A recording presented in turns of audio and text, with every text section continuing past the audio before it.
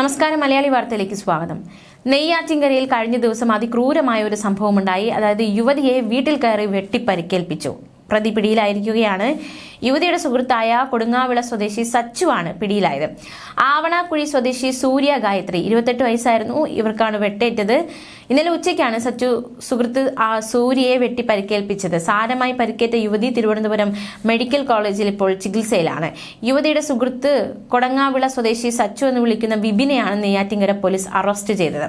ഭർത്താവുമായി അകന്നു കഴിയുകയായിരുന്നു സൂര്യ ഗായത്രി. ഇവരുടെ വീട്ടിലെത്തിയ വിപിൻ ഇവരുമായി വാക്കേറ്റത്തിൽ ഏർപ്പെട്ടു. പിന്നാലെ മർദ്ദിച്ചു. പിന്നീട് വെട്ടുകത്തി ഉപയോഗിച്ച് വെട്ടുകയായിരുന്നു. രക്ഷപ്പെട്ട് ഓടി ടെറസിൽ കയറിയെങ്കിലും പിന്തുടർന്നെത്തി ആക്രമിച്ചു.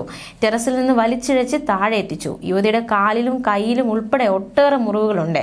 വിപിൻ തന്നെയാണ് ബൈക്കിൽ സൂര്യ ഗായത്രിയെ നെയ്യാറ്റിൻകര ജനറൽ ആശുപത്രിയിൽ എത്തിച്ചതെന്നതും ശ്രദ്ധേയം.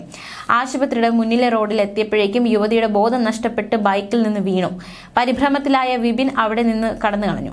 ആംബുലൻസ് ഡ്രൈവറും അവിടെ ഉണ്ടായിരുന്ന ഇതര സംസ്ഥാന തൊഴിലാളികളും ചേർന്നായിരുന്നു ജനറൽ ആശുപത്രി അത്യാഹിത വിഭാഗത്തിൽ എത്തിച്ചത്.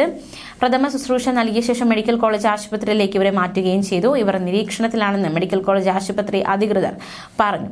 അമ്മയോടൊപ്പമാണ് സൂര്യ ഗായത്രി താമസിക്കുന്നത്. മറ്റൊരാളുമായി സൗഹൃദമുണ്ടെന്ന പേരിലായിരുന്നു തർക്കമുണ്ടായതെന്നാണ് പോലീസ് നൽകുന്ന വിവരം. യുവതിയുടെ മുൻ സുഹൃത്താണ് ഇപ്പോൾ അറസ്റ്റിലായിരിക്കുന്ന വിപിൻ.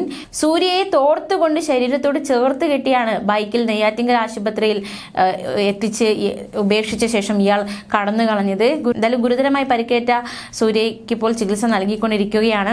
ഈ അക്രമമൊക്കെ നടക്കുന്ന സമയത്ത് വീട്ടിൽ ആരും ഉണ്ടായിരുന്നില്ല. പിന്നാലെ കൈക്കും കാലിനും കഴുത്തിനും വെട്ടേറ്റ് രക്തം വാർന്നൊലിച്ച സൂര്യയുമായി പ്രതി ബൈക്കിൽ നെയ്യാറ്റിൻകര ജനറൽ ആശുപത്രിയിലേക്കാണ് പോയത്. എന്തായാലും സൂര്യയെ പോലീസും ആശുപത്രി അധികൃതരും ചേർന്നായിരുന്നു തിരുവനന്തപുരം മെഡിക്കൽ കോളേജ് ആശുപത്രിയിൽ എത്തിച്ചത്.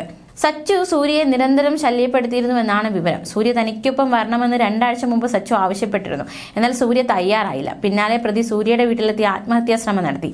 വീട്ടുകാർ തടഞ്ഞ് തിരിച്ചയക്കുകയായിരുന്നു. സൂര്യ ഏറെ നാളായി ഭർത്താവുമായി അകന്നു കഴിയുകയാണ്. ന്യൂസ് ഡെസ്ക് മലയാളി വാർത്ത.